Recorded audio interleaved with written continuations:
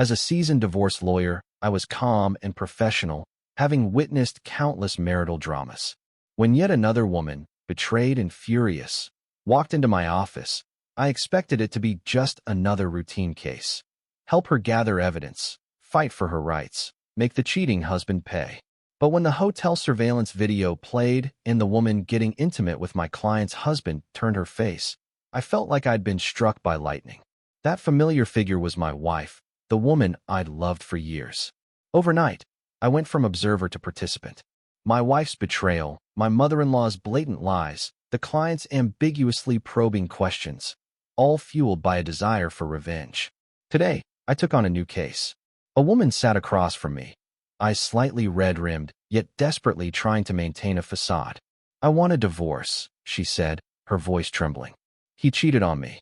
The words were squeezed out, laced with suppressed rage. I nodded, motioning for her to continue, offering no immediate comment. "I want to leave with nothing," she stated her main demand, "and I absolutely must get custody of our child."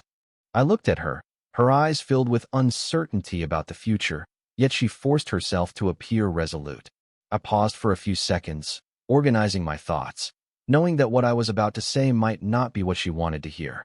"Regarding your husband's infidelity, I understand how you feel," I began. "However, legally, the act of cheating itself won't automatically result in him leaving with nothing." The color drained from her face. Clearly, this was not the answer she expected. Judges do consider the fault of a party when dividing assets, and they might lean slightly in your favor based on their discretion. But the outcome of someone walking away with absolutely nothing is extremely difficult to achieve in practice unless there are very special circumstances or both parties voluntarily agree. Her fingers tightened around her purse strap, knuckles turning white. "What about the child? He's only 5 years old." Her voice became noticeably urgent, tinged with a hint of pleading. "The decision regarding child custody is primarily based on what is in the child's best interest for their growth and development," I explained. A 5-year-old has already passed the typical 2-year mark where the mother is usually considered to have a greater advantage due to breastfeeding. The court will generally take into account various factors, such as both parties' financial conditions, living environment, educational background, and time spent with the child. Simply put, custody is usually awarded to the party who is financially more stable and can provide a more stable life for the child. I'd seen this countless times. Looking at her pale face, I continued to explain in as calm a tone as possible. "So, counting on the infidelity alone to make him lose all his assets is very unlikely. Legally, the penalty for the at-fault party is more reflected in divorce damages or compensation. But this is a different concept from leaving with nothing." She remained silent. Regarding child custody, besides financial condition, the court considers many other factors. For instance, who has been the primary caregiver for the child long-term? Does the nature of your jobs allow for sufficient time to spend with the child? And the child's own wishes. Though a 5-year-old's ability to express themselves is limited, judges sometimes take it into account appropriately. What you need to do is gather as much evidence as possible against him, as well as proof that you are more suitable to raise the child. For example, proof of your stable income, a good living environment, and records of every little detail of how you've cared for the child. These details can all become key factors in fighting for custody in court. I tried to make my voice sound both professional and empathetic. She pulled her phone from her bag, swiped on the screen a few times, and then handed it to me. On the screen was a photo. The background of the photo seemed to be a private room in a restaurant, the lighting somewhat dim. It showed a man's profile and a woman's back. The man was turned towards the woman, saying something, their posture intimate.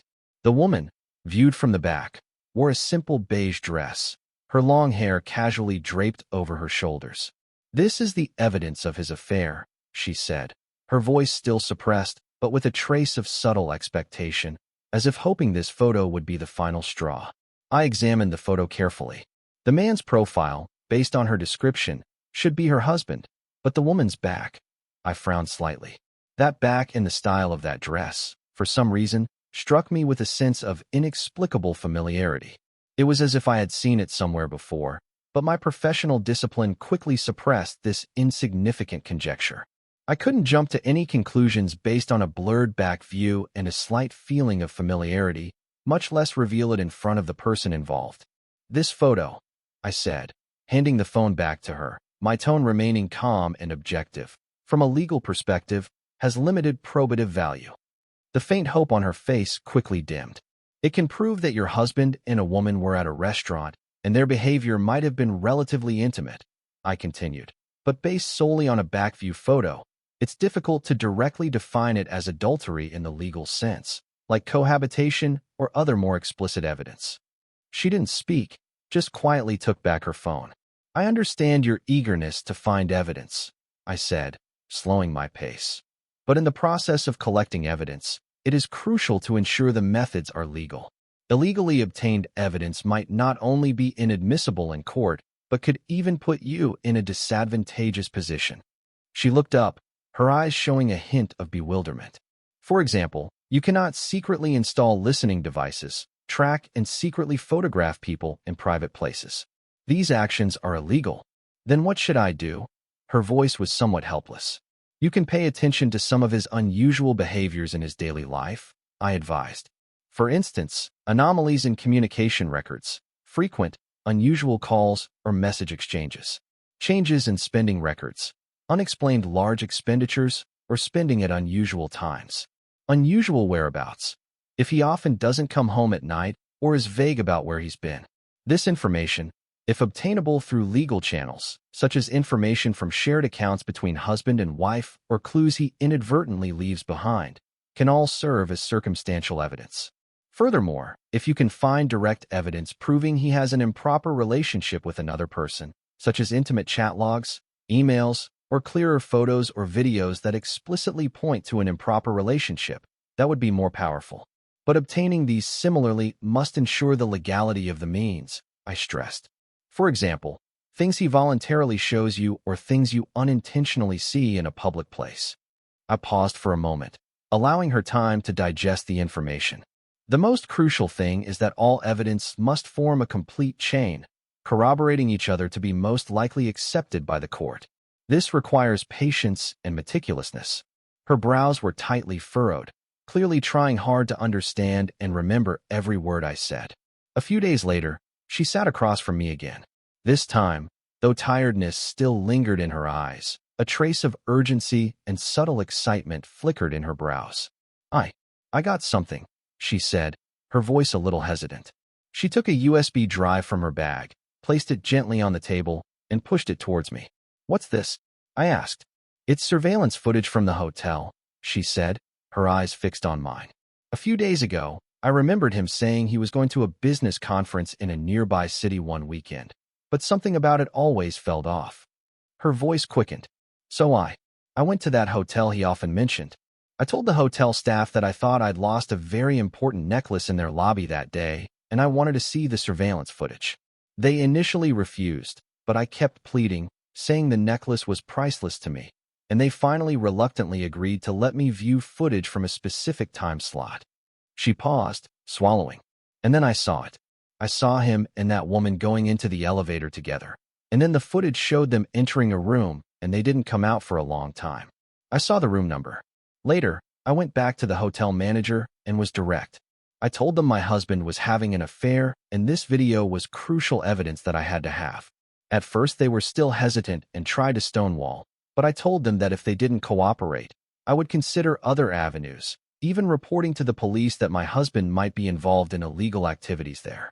That's when they finally relented and copied the video for me. Her account was a little jumbled, but the core meaning was clear. I picked up the USB drive, but didn't connect it to the computer immediately. Are you certain the people in the video are your husband and the woman you mentioned based on the photos? Absolutely certain, she replied instantly, her tone leaving no room for doubt. Even though you can still only see the woman's side and back, my husband's face is perfectly clear. What's more, the exact time they entered a room was precisely when he claimed he was attending that business conference. I nodded. This video footage, if the clarity and content are as you've described, will be much stronger evidence than just photos. At the very least, it proves your husband entered a hotel room with a specific person of the opposite sex at a particular time and remained there for a significant period. Legally, this can serve as important evidence to prove he engaged in inappropriate relations. She held her breath, seemingly waiting for my final assessment. However, I shifted my tone. The way you obtained this evidence, claiming you lost something, then pressuring them with the suspicion of an affair which led the hotel to finally provide it. The opposing lawyer might raise procedural questions about this. That said, a hotel's corridors and lobby are public areas. Surveillance there is generally not considered an invasion of absolute privacy. The key lies in the reason the hotel ultimately agreed to provide it. If we can prove the hotel provided it voluntarily, or if you had obtained it through legitimate means, then there shouldn't be a significant issue. The excitement on her face faded slightly, replaced by a hint of worry. So what do we do now? She asked, a little hesitant. We'll first secure and analyze this video evidence, I replied. In the meantime, we can also try approaching from other angles to further strengthen the chain of evidence. For instance, now that you know the hotel and the approximate time, we could try to investigate your husband's hotel registration records through certain channels. It's often possible to inquire about hotel check-in information. If we can obtain clear registration records with his identification details and check-in time, and they corroborate the video, that would be even more powerful. Her eyes brightened. Also, I continued, my tone becoming more cautious, if conditions permit and you can ensure legality, you could consider installing cameras in some common areas of your home. For example, the living room or other places where your husband might engage in suspicious communication or behavior.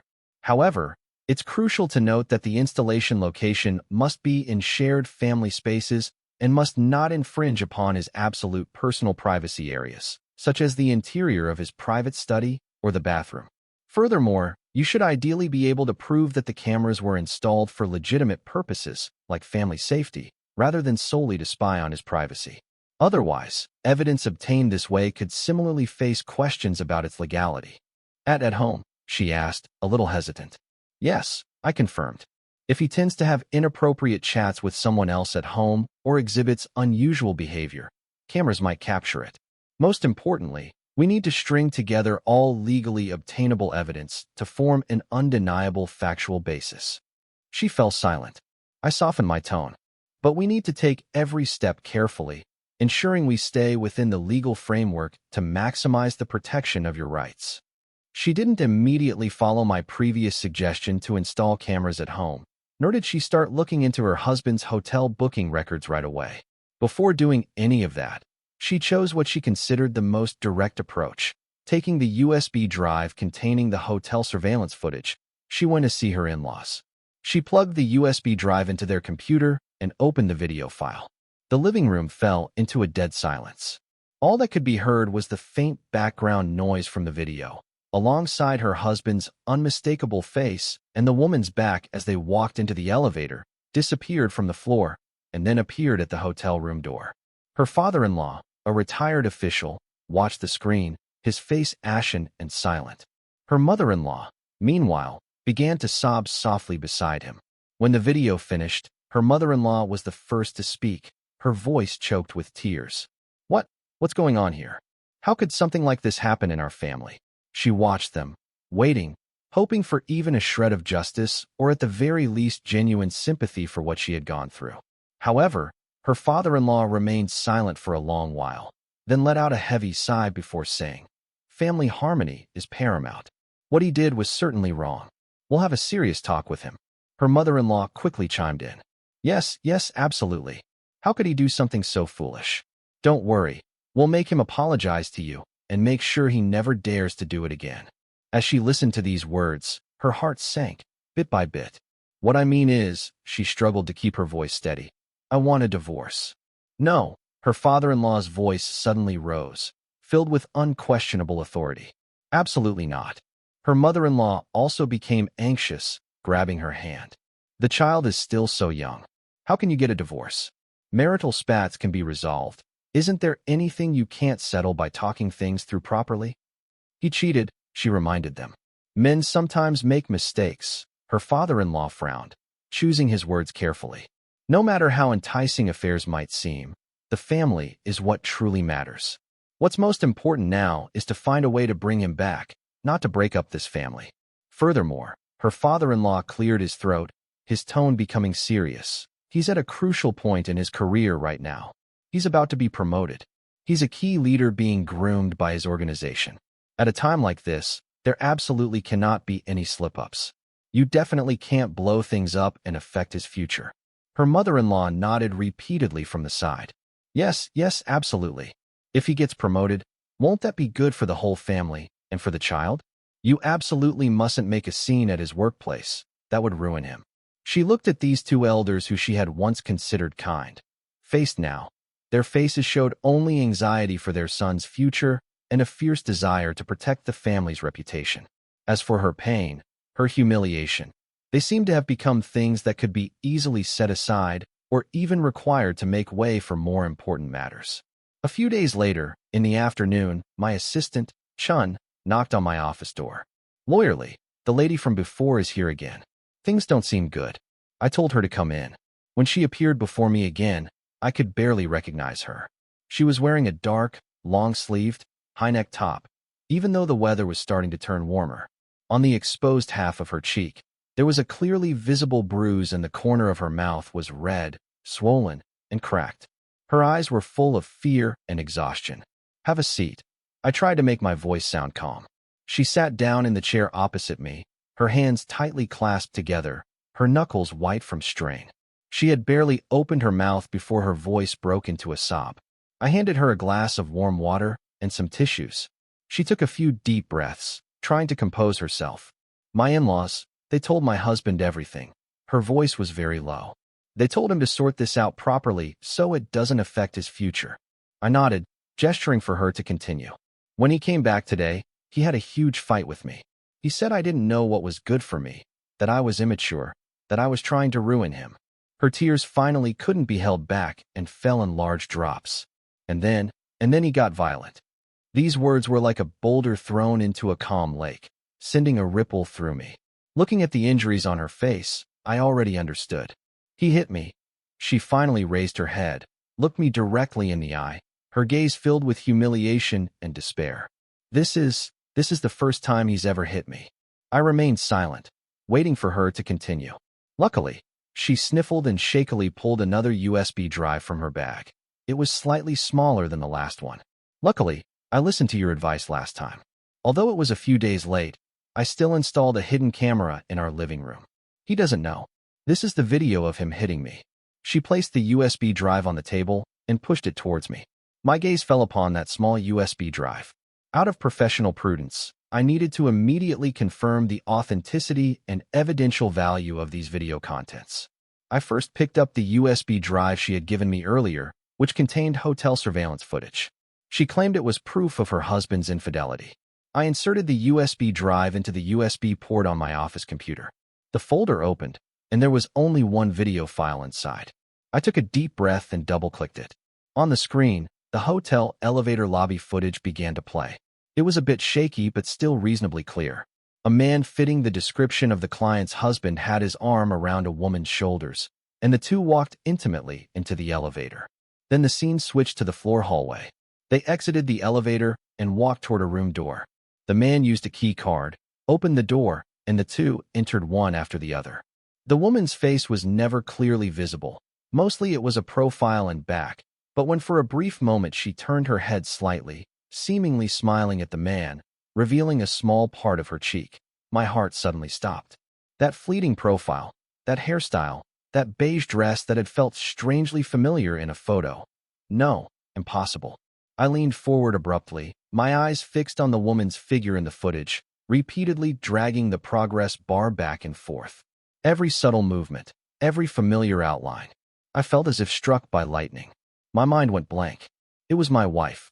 I couldn't believe my eyes. The woman I deeply loved, whom I believed was pure and flawless, who had been by my side through everything. How could it be her? I lost my parents when I was young, and my grandmother raised me single-handedly. When I was in high school, my only grandmother also left me, and for a time the world was just me alone. It was her, during my darkest university days, who shone into my life like a ray of sunshine. She was by my side for 4 whole years, supporting me through confusion and difficulties with her smile and encouragement. It was she who, when I hesitated about pursuing further studies, told me firmly, "You can definitely do it. Go take the graduate entrance exam. I believe in you. The fact that I am where I am today, having become a lawyer quite well known in this firm and having handled many complex cases, is to a great extent because of her support and dedication. I thought I possessed the most stable happiness in the world. But however happy life felt at that moment, I felt how fragile it was. It shattered with a gentle touch. She coughed softly, jolting me back to reality. I turned my head to look at her, pain still etched on my face. Attorney Lee, are you all right? She had noticed something was wrong with me. My throat felt terribly parched. I looked at her, at this woman who had been betrayed and beaten by her husband and was now seeking legal help. Then I spoke with difficulty. The woman with your husband in the surveillance video. A pause, is my wife. The air instantly froze. The concern and questions on her face vanished, replaced by utter disbelief the moment she heard those words, her mouth slightly agape. Time seemed to stop flowing at that instant. Outside the office, the sounds of colleagues leaving for the day were already audible. Like a puppet drained of all strength, I mechanically stood up. She also followed suit, looking somewhat lost and distraught. Carrying our own shattered truths, the two of us walked out of a law firm in silence. Night had begun to shroud the city. Attorney Lee, she broke the silence first, her voice still trembling with a trace of disbelief. Let's go back to my rented place. We can go over the evidence again. My mind was a complete mess right now, having almost lost the ability to think independently, so I just numbly nodded. She drove and I sat in the passenger seat, the entire way silent. Soon, the car stopped below an older residential building. Her rented apartment wasn't large and was simply furnished, but was quite tidy. I sat on the sofa in the small living room, and she poured me a glass of water. Thanks, I took the cup. She sat beside me, the air thick with an inexpressible sense of oppression and awkwardness. We sat in silence, facing each other. The USB drive still lay quietly in my briefcase, but neither of us had the desire to discuss it anymore. Suddenly, she leaned close to me. Her warm breath almost sprayed onto my face. I stared in shock at her enlarged features. Before her soft lips could touch mine, I snapped back to reality and quickly recoiled, dodging away. I looked at her, my eyes filled with shock and confusion. A trace of hurt flashed across her face, immediately replaced by a look of resolve and madness. He's seeing other women outside. Why should we be the ones to suffer like this? She stared at me, her voice tinged with hysteria. I want to take revenge on him. She paused, her eyes burning as she looked at me. Don't you want to take revenge on your wife? My heart sank abruptly. Revenge? Yes, my heart was filled with the anger and pain of betrayal at this moment. I wished I could find that woman immediately and get a clear explanation for everything. But I looked at this woman before me, who had also been deeply hurt. I don't want to become like them, I said slowly, my voice not loud but unusually firm. As a person, you must have the most basic moral and ethical boundaries, especially since I am a lawyer. I looked at her, this woman who had also been betrayed. In her eyes, a rage similar to my own burned, but mixed with a reckless madness. I took a deep breath, pushing down the turmoil in my heart. I understand how you feel. My voice was a little hoarse, but trying to punish one wrong with another only makes us become the very people we hate. She stared at me blankly. It's getting late. I should head back. I needed to calm down, to face all this on my own. Leaving the complex where she lived, the night wind blew on my face, carrying a hint of coolness but couldn't disperse the heat and chaos in my heart. I didn't go straight home, but went back to the office first. The office was empty. I inserted the USB drive containing the hotel surveillance footage into the computer again and copied the video clip on my phone. Only after doing all this did I walk with heavy steps towards home. The images from the video kept replaying in my mind, my wife's figure and her intimate actions with that man. Arriving home, the house was quiet. The living room light was on and faint sounds came from the kitchen. It was my mother-in-law. She was wearing an apron, busy by the stove, preparing dinner. Hearing the door open, she poked her head out, her face carrying her usual gentle smile. You're back? Go wash your hands quickly. Dinner's almost ready. I didn't say anything. My throat felt blocked by something. I changed my shoes and walked straight up to her. She seemed to sense something was wrong. Her smile faded slightly. What is it? You look terrible. I didn't answer, just silently took out my phone, opened the video file I had just copied, and handed it to her. The image on the phone screen was particularly jarring. My mother-in-law was initially puzzled, but when she saw the figures in the video clearly, her expression instantly froze. She looked at the screen in disbelief, then looked up at me, her lips trembling slightly, as if she wanted to say something but couldn't make a sound. The video wasn't long and finished playing quickly. The air was filled with a heavy silence. This is... She finally found her voice. I watched her, waiting for her reaction. Though I held no hope in my heart, as expected, after the initial shock, the panic on her face was quickly replaced by a complex emotion. She took a deep breath, as if steeling herself, then looked at me, her tone unexpectedly becoming forceful. What couple doesn't make mistakes? She was just momentarily confused. Can't you just forgive her this one time? I almost thought I had misheard. Forgive? She looked at me, her eyes showing not a trace of sympathy for me, her son-in-law who had been betrayed, but rather a hint of reproach. Are you saying you have absolutely no fault in this? These words, like a needle, sharply pierced my heart. You should really reflect on yourself. Her voice started to rise. All day, all you know is work, work, work. When have you ever truly spent time with her? Have you considered how lonely she is alone at home? You've been married for so many years, and you won't even have a child with her. How do you think that makes her feel? Have you given her the sense of security and family warmth that a woman truly desires? Every word my mother-in-law uttered was like a sharp blade, once again slicing my already shattered heart into 1,000 pieces. I looked at this elderly woman who I had once considered kind. At this moment, her face showed only reckless protection for her daughter and accusations against me, her neglectful husband. It was as if all the fault originated with me, and her daughter, the woman in the video being intimate with another man, had instead become a victim worthy of forgiveness, even sympathy. Just then, the door lock clicked softly. My wife returned. She was carrying the latest model bag and had a relaxed smile on her face. Seeing both me and her mother there, she seemed a little surprised. Mom? Li Ming? You're both here. Before I could speak, my mother-in-law jumped in first, grabbing her hand, her voice full of grievance and anger. Daughter, you're back at last. Look at him. He got his hands on some messy stuff from who knows where and is using it to question me. Question you? My wife looked at me. She didn't even ask what he was talking about. Mom is right, she said, her voice calm. Matters between husband and wife are inherently complex. He's busy with work, doesn't care about the home, doesn't care about me. Does that mean I have to live like a widow? I looked at her in disbelief. This person I once thought I understood best, the one I felt closest to. The child. I uttered the two words with difficulty, remembering my mother-in-law's earlier accusation. She scoffed, a mix of disdain and frank admission. A child? I never really wanted one from the start. You were the one who was so eager. Why would I ruin my figure and give up my freedom just to have a child? Is it wrong for me not to work? She looked around the exquisitely decorated house. Isn't this house, this car, what more could you want? A man like you should be earning. I sacrificed my career ambition for this family. Isn't that enough sacrifice? All I felt was absurdity, so I looked at her, asking word by word. You're admitting what's in the video? So what if I admit it? She met my gaze without a hint of shame, but rather with a defiant challenge. Li Ming, don't forget we both graduated from law school. Her lips even curved into a mocking smile. Even if I cheated, what can you do? Community property? It'll be split just as the law dictates.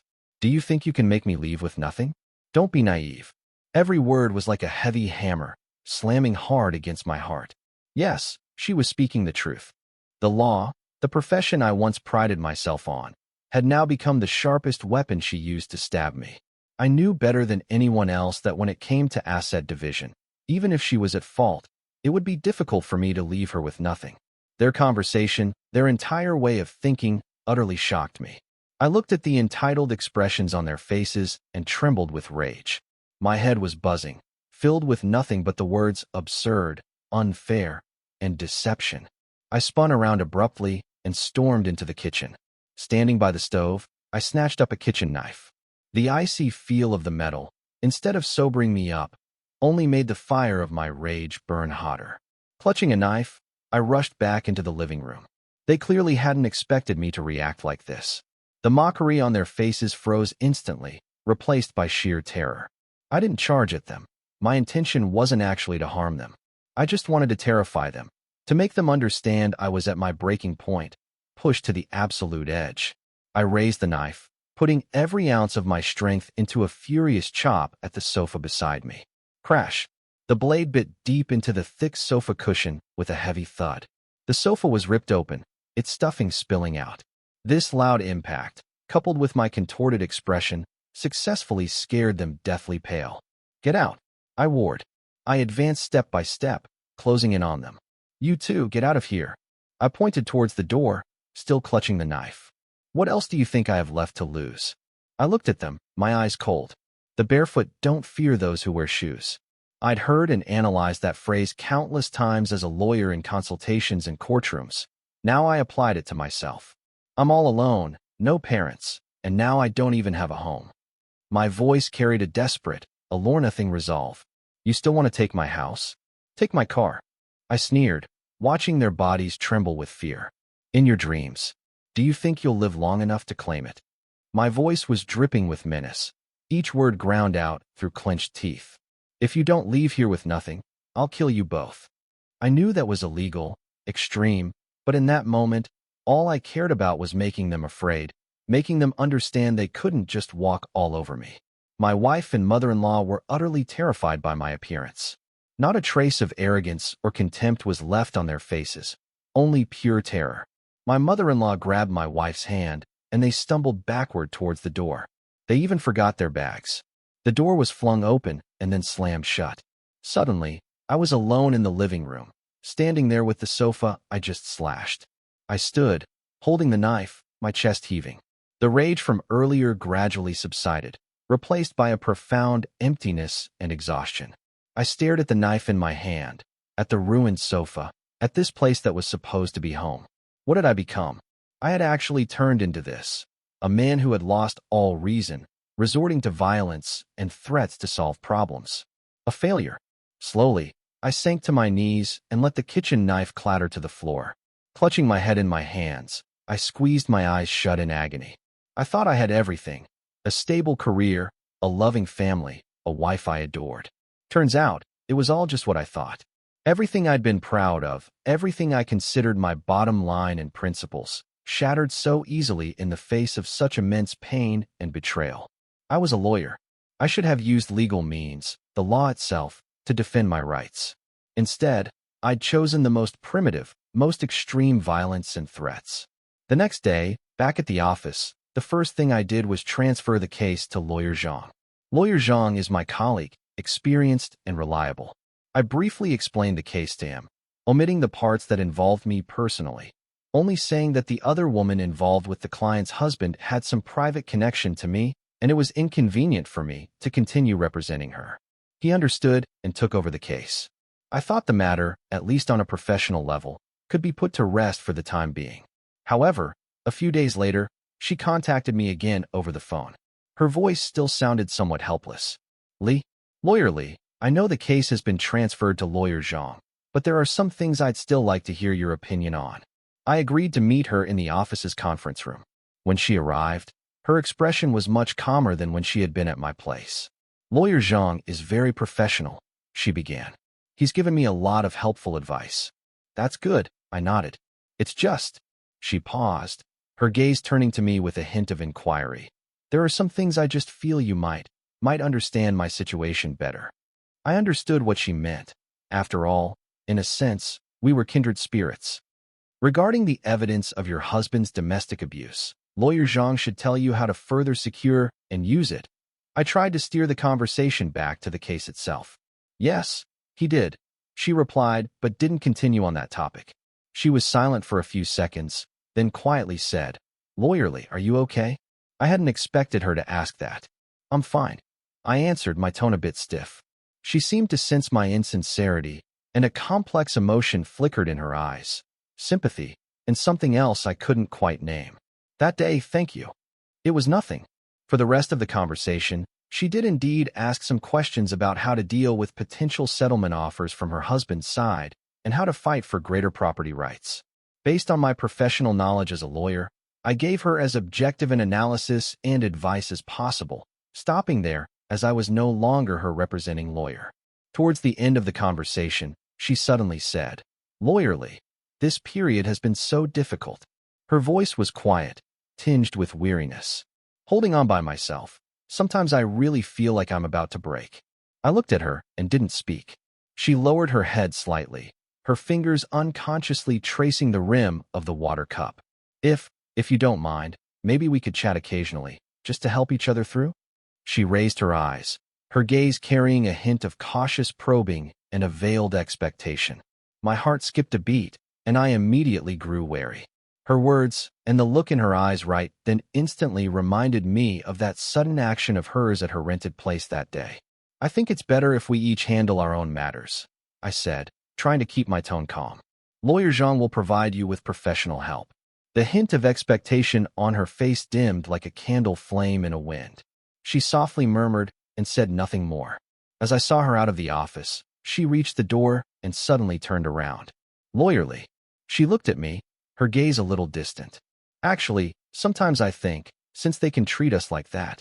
She didn't finish her sentence, but the implied meaning in her unfinished words was clear enough. I frowned. "I'll be going now." She seemed to sense my displeasure, quickly said that, turned, and left.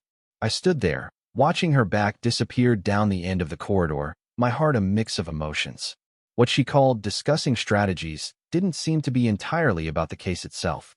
The intentional or unintentional probing, the gazes and words carrying a certain implication, made me feel a strange pressure.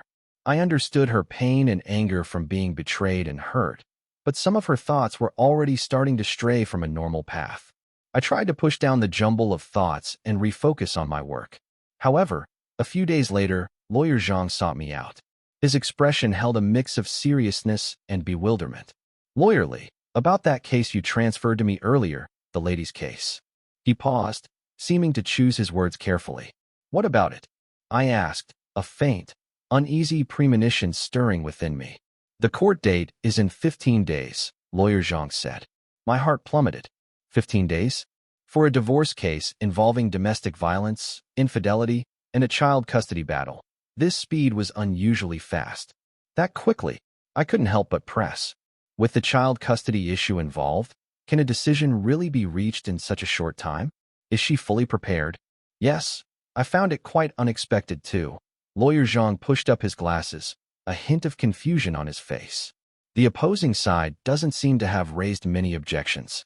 A lot of the procedures went unusually smoothly, almost as if they were completely cooperating with the progress. I confirmed with my client. She said she was confident cooperating. Confident? What exactly had she done to cause such a dramatic shift in the situation? Before I could ponder this further, my phone rang. The caller ID showed it was her, my wife. No, I should say the woman who was soon to be my ex-wife. Her voice came through the receiver, utterly calm, without a ripple of emotion, as if discussing a trivial matter unrelated to herself. "Li Ming, I thought about the divorce agreement you proposed earlier." "I agree." For a moment, I almost thought I'd misheard, doubting if the person on the other end was even her. "All the terms." "I agree," she continued, her tone remaining flat, without any rise or fall. Then, she added a sentence like a bombshell, completely shattering my understanding. "Including leaving with nothing." I stood there, holding the phone, my mind blank, unable to speak for a long time. How is this possible? Just a few days ago, she and her mother had stood before me, so self-righteous, so arrogant, and overbearing. They had accused me, condemned me, pushing all the blame onto me. She had even quoted legal articles, mocking me with a professional tone, asserting that I could never make her leave with nothing. Now she was accepting everything completely? This defied logic. This was completely out of character for her and utterly inconsistent with any attitude or determination she had shown before. "Are you sure?" I tried to keep my voice steady. "I'm sure," she replied. I couldn't detect any emotion in her voice. No reluctance, no anger, not even a trace of lingering attachment. 2 p.m. See you at the Civil Affairs Bureau in trance. Then she casually hung up the phone, giving me no chance to ask further questions.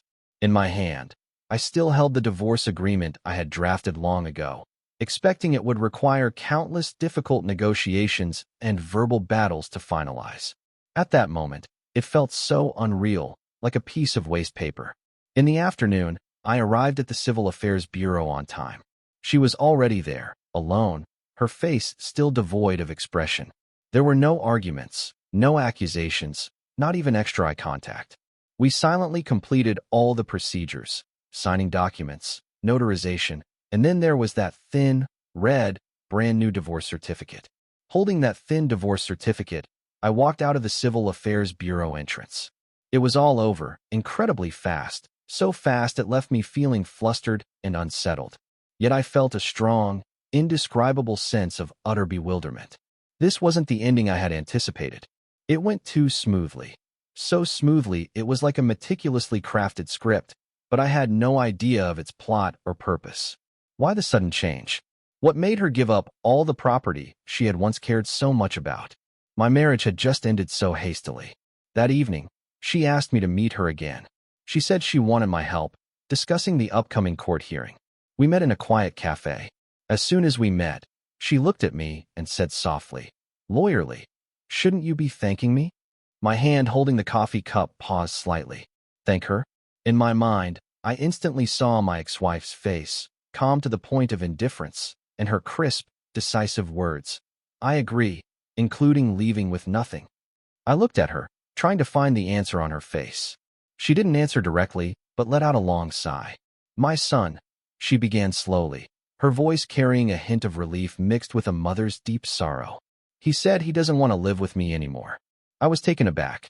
He said, "Mom works too hard and taking care of him alone would be even harder," she continued. He told me not to worry, that when he's grown, when he turns 18, he'll come find me and he'll take care of me in the future. Her eyes were slightly red-rimmed, but a trace of a bitter smile touched her lips. With my child saying something like that, what else could I possibly insist on? So, I'm no longer fighting for custody. Now it's just the matter of property division.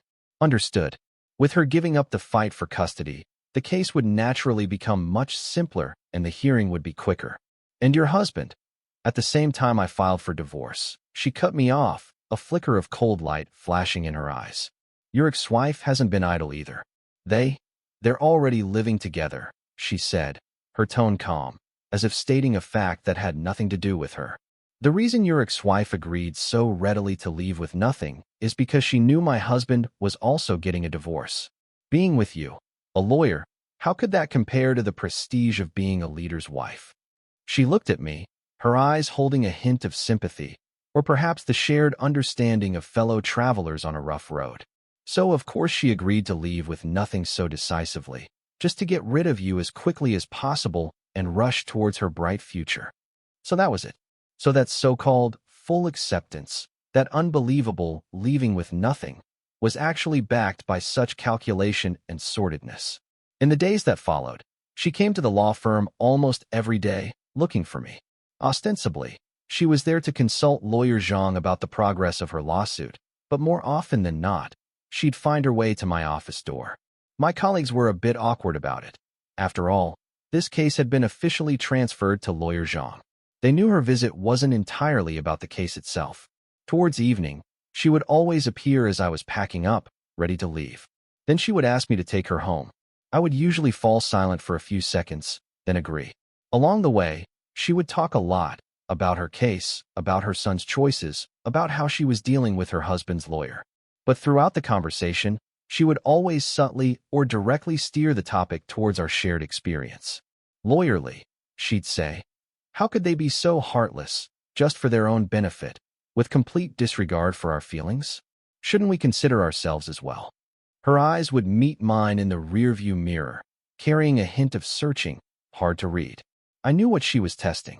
It was the line she tried to cross that night in her rented apartment. My heart was in turmoil. The pain of betrayal, like a tide, often surged up and engulfed me. The people I once trusted and were closest to gave me the deepest wound. In some vulnerable moments, a fleeting thought of revenge would even cross my mind. An eye for an eye, a tooth for tooth. But whenever this thought arose, I would remember that night, the scene of me holding a kitchen knife and hacking at the sofa. Remember my frenzy and despair when I roared, "Someone with nothing to lose fears nothing." That feeling of losing control scared me. I didn't want to become that kind of person. Even less did I want to become like them, harming innocent people or crossing moral and legal boundaries just to satisfy my own desires or need for revenge. I can't. I looked at the road ahead, my voice calm and firm. This was what I would say every time I responded to her probing. I can't do that. She would fall silent, waiting for me to continue. I am a lawyer, I said slowly, as if these words were not just my profession, but also my armor, my principles. If I don't even have the most basic moral bottom line, what right do I have to stand here and fight for my client's rights? What right do I have to talk about fairness and justice? What right do I have to continue doing this job?